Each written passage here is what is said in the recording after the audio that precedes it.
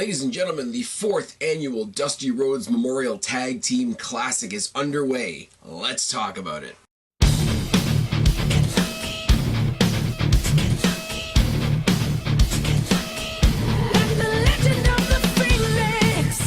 What's going on, everybody? It's your buddy, it's your pal Spaz Phoenix, the YWC Reality Check, here with your March 6th NXT review, and you guys know the deal.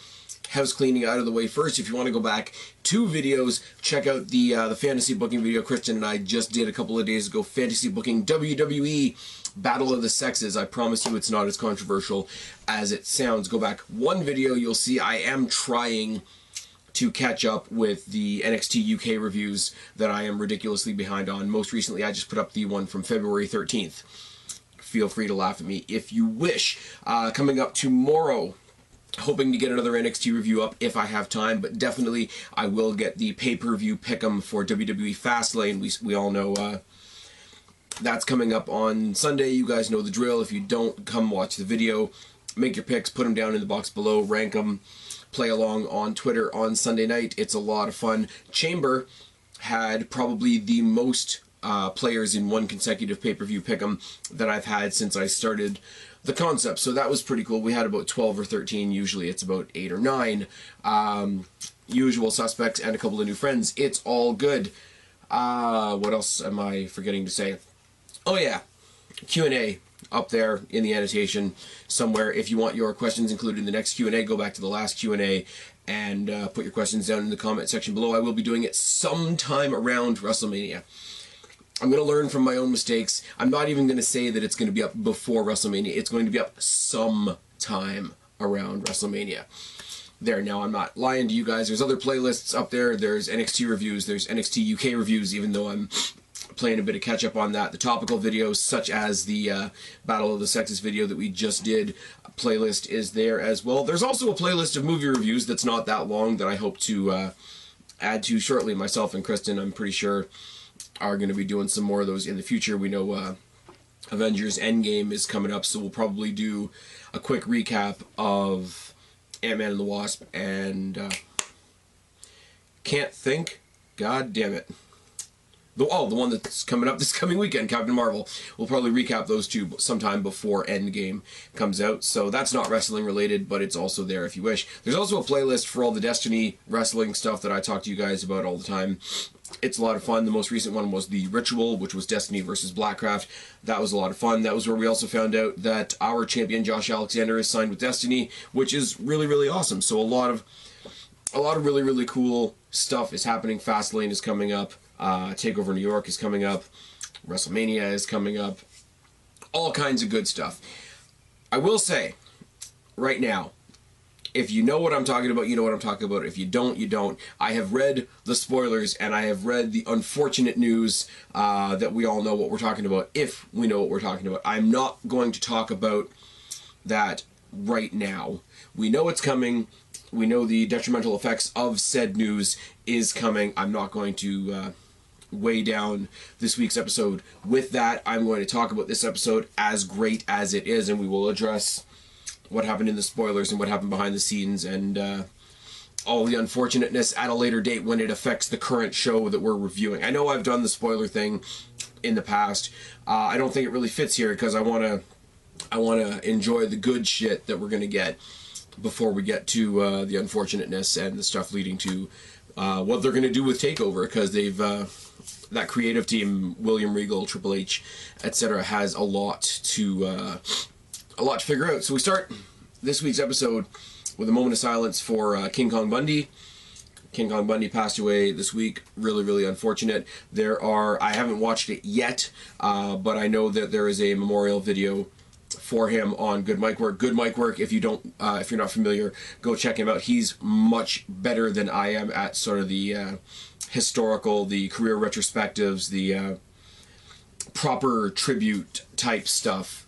I know he's put a mic drop out for King Kong Bundy, and I suggest you guys check it out, because I'm probably going to check it out after I'm done doing this and premiering this. The episode was longer than expected, so if you're watching this and the premiere goes up a little bit later than usual, I apologize, but it is what it is. I can't just speak and, you know, spit it out onto the computer. There's time and editing, and I have to put like my little cheapy little graphics at the front and the back and make myself seem really cool when that's not the focus at the end of the day. King Kong Bundy. And for those of you that know that I am still a fan of Enzo Amore, Eric Arndtwit, etc., I saw what he tweeted on Twitter. I'm a fan of the guy. Doesn't mean he's not an idiot. I get it. Whatever. Get off my case. Moving on. Had to block a couple people. Don't like doing that, but at the same time, don't be stupid. Thoughts and condolences obviously go out to King Kong Bundy, his fans, his friends, his family, etc. Big deal back in the day. Had his impact on the company and on the industry, etc. I wasn't aware that he did a brief stint 1 or 2 times at ECW, so I'm going to have to look that up at some point just for a little bit of trivial knowledge, and it's unfortunate that it takes the passing of somebody to spurn me on to do something like that, but I may talk about that at a later date if I feel like it, pretty much. Gonna get off of that because that's negative and we don't want to do the negative thing. We start off tonight's show with a video package from all the Dusty Rhodes Classic teams. You know, WWE does this, gets you all hyped up, whatever. The big major focus is obviously on DIY. DIY back together, you know, reunited, and it feels so good. It is the cliche that so many people, including commentary, use tonight. But it is kind of funny that they were originally introduced to us through the Dusty Classic. I believe it was back in 2015. Somebody correct me down in the box below if I'm wrong. But then we jump right into action. It's pretty much match tonight, and not very much in between, except for one segment that has me very, very interested. We got Black and Ricochet versus Fabian Eichner and Marcel Barthel. Now, I want to say Black and Ricochet being a tag team here and being a tag team on the main roster, including a Raw tag team title shot on Sunday at Fastlane, which we'll, I'm sure, talk about tomorrow night when we do the pay-per-view pick 'em, is an interesting thing because they're not similar. They're not similar in any way, shape, or form, but they are a team that I like, and they are a team that really ridiculously works well together. And I didn't really catch their symmetry until I saw them on Raw, and they both did the fake out at the ropes, and they both bounced back into their respective poses, I guess you say, the cross-legged pose of Aleister Black and the sort of the superhero landing that Ricochet does. But Fabian Eichner and Marcel Barthel are a great team in their own right, but they're pretty much here to be fallen bodies tonight, are they not? It's also a really, really interesting thing because you've basically got every brand represented in this match except for 205 Live, because Black and Ricochet are NXT guys, but they are performing on Raw, on SmackDown. They are getting shots at Raw and SmackDown championships, for God's sake. And Fabian Eichner and Marcel Barthel are a team that bounces between NXT and NXT UK. So really, you have the heart and soul of WWE/NXT in this match, which is a really, really nice sign. And we're back. Isn't life fun? Fabian and Black start the match. Armbar takedown by Fabian, headlock by Black, uppercuts by Barthel, boot and a high knee by Black, followed by a double boot. Sort of leans back in the corner and sort of does the frontward mule kick, which is really, really... it's impactful from a guy like him who's deceptively big. He's not a huge dude, but he's big in the way that he fights, in the style that he fights, because he's got a lot more snap behind everything he does than a lot of other people his literal size. Double team by the heels, spinebuster by Fabian, a rear naked choke by Fabian, a boot and a back elbow, rear naked choke by Fabian, a boot and a back elbow. Again, a rolling trip. I love when Black does the rolling trip, where he basically looks like he's bailing out of the ring, but really he's bowling somebody else over. 619 by Ricochet, and I know they call it something else, but I don't care. It's the 619. Moving on. Top rope back elbow, a standing star press by Ricochet, which is awesome, and another boot. Step up enzuigiri by Fabian, and then the triple moonsault by Ricochet, where he jumps up on the turnbuckle, bounces off one rope, bounces off the other rope, and then comes back into the ring with the moonsault. It's just awesome, isn't it? One of the things I was really, really looking forward to seeing, and we saw a brief glimpse of it, I think it was the first week that they all showed up on the main rosters. I really want to see a program between Ricochet and Lio Rush. Is that not... Like, get Bobby Lashley out, have the one and only versus the 24-year-old piece of gold. It'll be really, really good. I mean, Lio Rush is smaller than Alexa Bliss, so there's an intergender joke in there somewhere. But moving on, roll through dropkick by Ricochet, a tornado. My brain is all over the place tonight, guys. Sorry. Double team by the heels, double knees by Black. Black eats the post shoulder first. Basement dropkick by Barthel. Springboard top rope head scissors suicide dive combination by Ricochet. That's the best way I can describe it. Strikes by Fabian and a quick black mass for Fabian from Aleister Black to get the win. I like this, and this is going to be a really, really retarded comparison, so I apologize in advance. But you know the famous scene in Indiana Jones where the guy's got his sword and he dodges and parries and thrusts and does a whole bunch of really elaborate posturing with his sword as he goes at Indiana Jones, and then Indiana Jones is just like, fuck you. That was basically what happened here. You had this whole series of strikes by Fabian, one black mass from Aleister Black takes him down. Black and Ricochet advance in the tournament because they get the win. I don't know what to say, because we know what's happened, the bad news, etc. A lot of the tag team push that they're getting on the main roster is probably because it was supposed to go to DIY, and for reasons we all know, now that's not going to happen. So it seems like a team that was put together on a whim, but they're a better team than you would realize. And typically I hate the cliche of throwing two guys together, or the whole odd couple thing. Oh my god, look how different these guys are. You got, lazy comparison. It would be like putting Rey Mysterio and The Undertaker together. But these guys work. I can't help but keep repeating myself. These guys really, really work well together, and I don't think they have to change anything about themselves to be a really, really good team here and on the main roster. I'd love to see Aleister Black at least spend a little, maybe for one set of tapings, dip over to NXT UK and see what he could do against some of the guys over there. Aleister Black versus Pete Dunne would be fucking class, wouldn't it? Anyways, Black and Ricochet advance. Enough rambling. We get a stare down from the War Raiders in the back with Mustache Mountain. Not much to be said there. We get a replay of the main event from last week. I can't pronounce the name that they've given him, so I'm going to call him Dijak versus Keith Lee. And the non-finish that they have a standoff in the PC, where basically he's shouting at him. It's like, hey, we're in the PC. The PC's got a ring. We could do this match again right now. Followed by the announcement that we're going to get a rematch between these guys in 2 weeks. I wish I cared more than I do, because individually I like Dijak, and individually I like Keith Lee. Their match last week, impressive, a lot of impressive stuff. They're great athletes, etc. But I don't care, and I don't care about seeing it again. Anyways, the Forgotten Sons taking on Oney Lorcan and Danny Burch. The Forgotten Sons is another thing, like the Keith Lee Dijak rivalry, where I like the guys, I just don't like them together. I don't like them in the match. The match doesn't interest me. Forgotten Sons, there's something there. I don't hate them, but they need to do something to make me care, and putting them up against teams that I like isn't going to do that. Anyways, the whole story here was the story of Oney Lorcan's back, and the story plays out to perfection from all four guys, even the sympathy from his own partner. It all comes together really great. All four guys in the match work really hard. Obviously, it's NXT. That's what they do. But Forgotten Sons are missing. They're missing something. They're too similar. They're too in the vein of the Wyatt family / Sanity. The guys that come out in the big patchy jackets and they're all angry and they got big beards, and the whole, the little rascals living out on the fringe, to borrow a phrase from Dean Ambrose. It's not as impactful as it could be if we didn't have Sanity before them and the Wyatt family before them.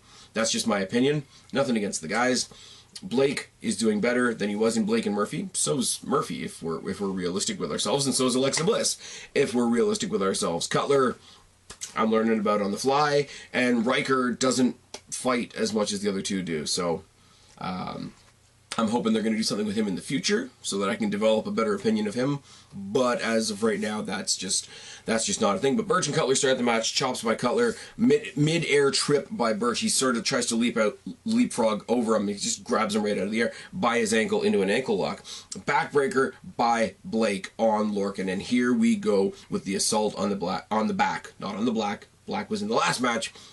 And there are no Aleister Black references in this match. Shots to the back, a knee drop to the back, hard Irish whip to the corner against the back, double backbreaker, another double backbreaker, and then we do this really cool thing because they put him in the Tree of Woe, but they put him in the Tree of Woe with his back exposed, and Blake literally hip tosses his own partner into Lorcan's spine. I don't know what to call that, and you know, other than, you know, the old Jim Ross thing would say, you know, they're so desperate to win, they're using each other as a weapon. Thing. Chinlock by Blake, snapmare by Lorcan, dropkick by Birch, release German for both men, corner clothesline, step up Enziguri, and a dropkick by Birch. Blake tosses Birch, back elbow by Lorcan, butterfly backbreaker powerbomb by Cutler. Fucking gorgeous. And then he puts him in a Boston Crab, which not only works the back, but it works the mental side of the game as well, with Lorcan being from Boston. Headbutt by Birch, forearm by Cutler, dropkick and a mic check combination by the Suns, chops for everybody by Lorcan when he gets back in, and a double blockbuster on both of the Forgotten Sons. Elevated DDT by Lorcan and Birch. It should be said, they go for that elevated double team DDT earlier in the match. Lorcan can't do it because he's still in the back. Great. Elevated DDT by Lorcan and Birch, gets the near fall. Buckle bomb against Cutler's knees by Blake, and then they do that stomp reverse DDT combination. And the Forgotten Sons surprisingly actually move forward in the Dusty Rhodes Classic with a win over Lorcan and Birch. This is kind of a result of two halves here, because Forgotten Sons need something. So a win over Lorcan and Birch is really it's enough to get the attention of most people that watch NXT on a regular basis. But on the other side of the coin, Lorcan and Birch are almost in that Ziggler territory as a tag team. They're the ones that are being used to put everybody else over at the moment, which is fine, except there's got to be some pay, because we all know that, you know, we were giving Ziggler credit for making everybody else look good for the longest time, and then we eventually just realized, okay, that just means he loses a lot. These guys, they deserve something. They're a great team. They've got the crowd behind them. They've got the NXT crowd behind them. They've got the NXT UK crowd behind them, because we all know Danny Burch also is over in NXT UK as a singles guy, which is also good for him. He's getting twice the exposure. Rah. But yeah, Forgotten Sons. Hopefully they do something soon to get my attention. I'm sorry, I can't say it any other way than that. But Lorcan and Birch, hope for better things for them in the future. Then we thought we were going to go on to our next match, but we get Velveteen Dream coming out. Doesn't come out of the ring, poses on the announce booth, and basically just says, I just want to remind you all that I'm your new North American champion. How great is that? Whatever. But he is interrupted by Matt Riddle on the stageway. And this is where I sort of pick my chin up and say, okay, we're doing something cool here. Riddle says, you know, comes out, you know, typical Riddle styles, like, hey, bro, I'm just here to say hi, here to say congratulations, but I also want to get a closer look at that title, and I want to take a minute and wonder how it would look around my waist. And Dream says, you know, first of all, I'm not your bro. Second of all, the spotlight is mine. He snaps, and the house spotlights just go to him, which was a nice touch. That's the kind of little, not overstated touches that NXT does that WWE could really learn from. And then he says, you know, Dream ain't your bro. Spotlight belongs to me. Dream over. I think the whole thing took maybe 3 minutes, and it just said, okay, put that on TakeOver. Just sign it now. I'm done. We get the reminder that next week there's going to be a #1 contenders match between Io Shirai and Bianca Belair. And now you got two amazing talents in that match, but I know who I want to win. Moving on. Street Profits versus Mustache Mountain. This was a fun match. Again, you get triple exposure for Mustache Mountain, because I've seen them in NXT, I've seen them in NXT UK, and I've had the fortune of seeing them in person at Destiny. So I'm a little bit biased, even though I do like Street Profits.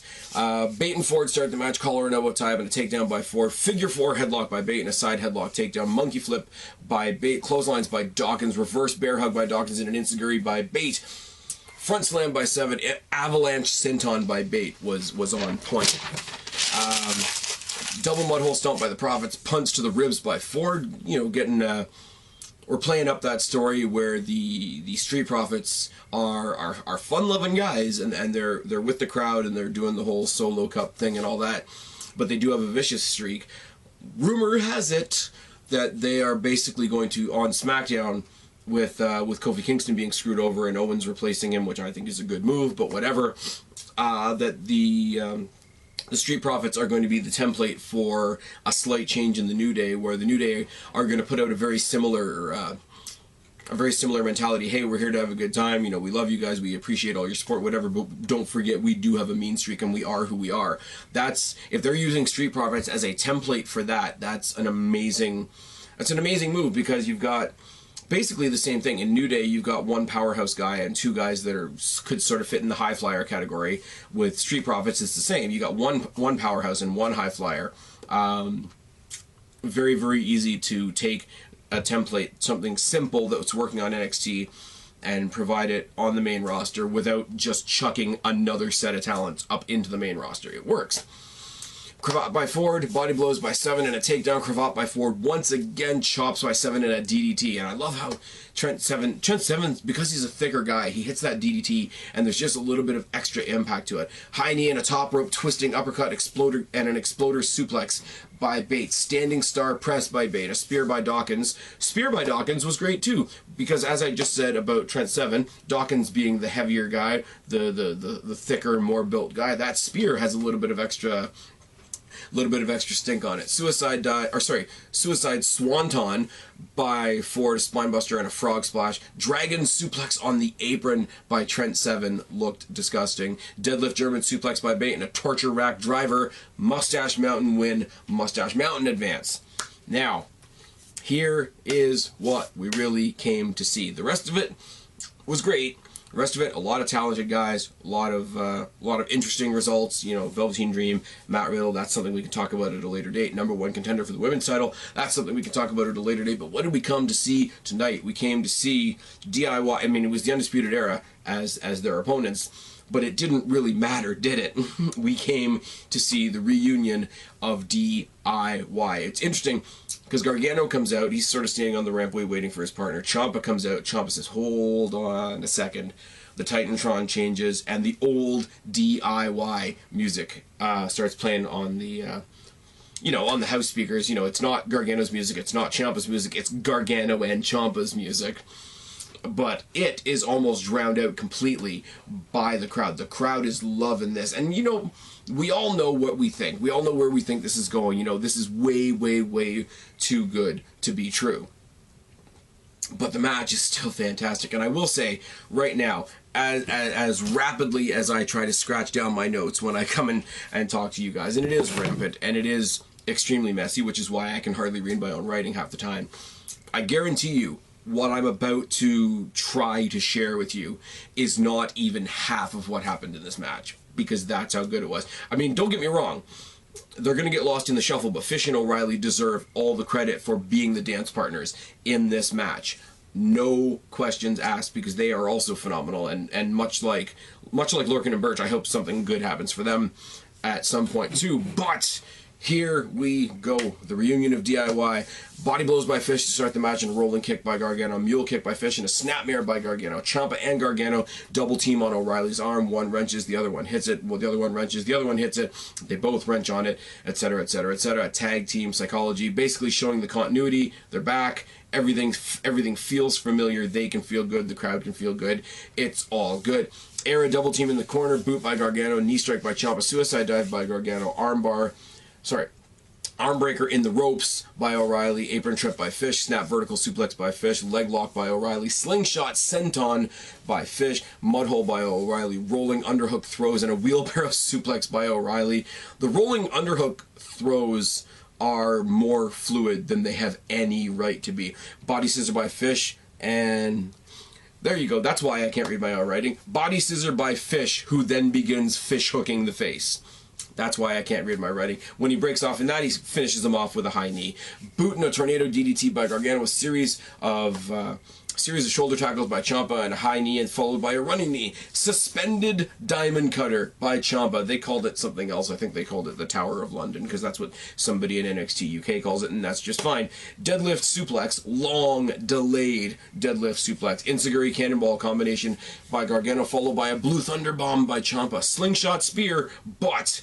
and here's one of the coolest moves on Era's part of the whole night. Guillotine choke by O'Reilly. Slingshot spear catches him, takes him right down into the choke. Now, as much as all the momentum was behind Ciampa and Gargano as much as the crowd was behind Ciampa and Gargano. That one trap took the breath out of the crowd for just a second, myself included, because it was really, really good, and I didn't see it coming, and that's always good in wrestling. Fish and Ciampa trade some strikes. Super Falcon Arrow by Fish is fucking wonderful. Running knee off the apron by O'Reilly, DDT by Ciampa, springboard DDT by Gargano. Ciampa and Gargano hit the meat in the middle, DIY win. They go on in the Dusty Rhodes the Dusty Rhodes Invitational Tag Team Tournament. And the next round, which is apparently next week, there's a Forgotten Sons versus Mustache Mountain, and I think we know how that's going to go. And the other semifinal match is Black and Ricochet versus DIY. Now, that's interesting. That's all 4 guys that they just chucked up on the main roster out of nowhere because Vinnie Mac in his old senile brain said, my entire main roster is stale. I need all you can give me from NXT. It was all 4 of those guys, and all 4 of them are going to be in a match together next week. The War Raiders come down halfway down the ramp with their belts, staring down DIY, looking all menacing as shit, but nobody, if we're really realistic with ourselves, nobody gave a damn, because this one was all about DIY. It was all about DIY reuniting. It was all about DIY getting the win tonight. It was all about DIY moving on in the tournament and what we're going to see going forward from that, but it's really, really good. Like I say, next week we got the second round of the Dusty Classic. We got the #1 contendership match between Bianca Belair and Io Shirai. And in 2 weeks we get Keith Lee versus Dominik Dijakovic. Yay. But this was an amazing start to the Dusty Classic. This was an amazing episode. As I say, on a side note, Velveteen Dream versus Matt Riddle. After they teased us with it tonight, if they don't make that the match for the North American Championship at TakeOver, I might riot just a little bit. Anyways, that's all I got to say about NXT tonight. Please tune in tomorrow night when we do the Pick 'em for Fastlane. Give me your picks, rank your picks, play along with us on Sunday. It's going to be a lot of fun. I've been Spaz, your YWC reality check. Subscribe up there, talk down there, start a conversation, keep all these conversations going. Don't be a stranger. I will talk to each and every last one of you later, but for right now, I am tagging out. Bye, guys.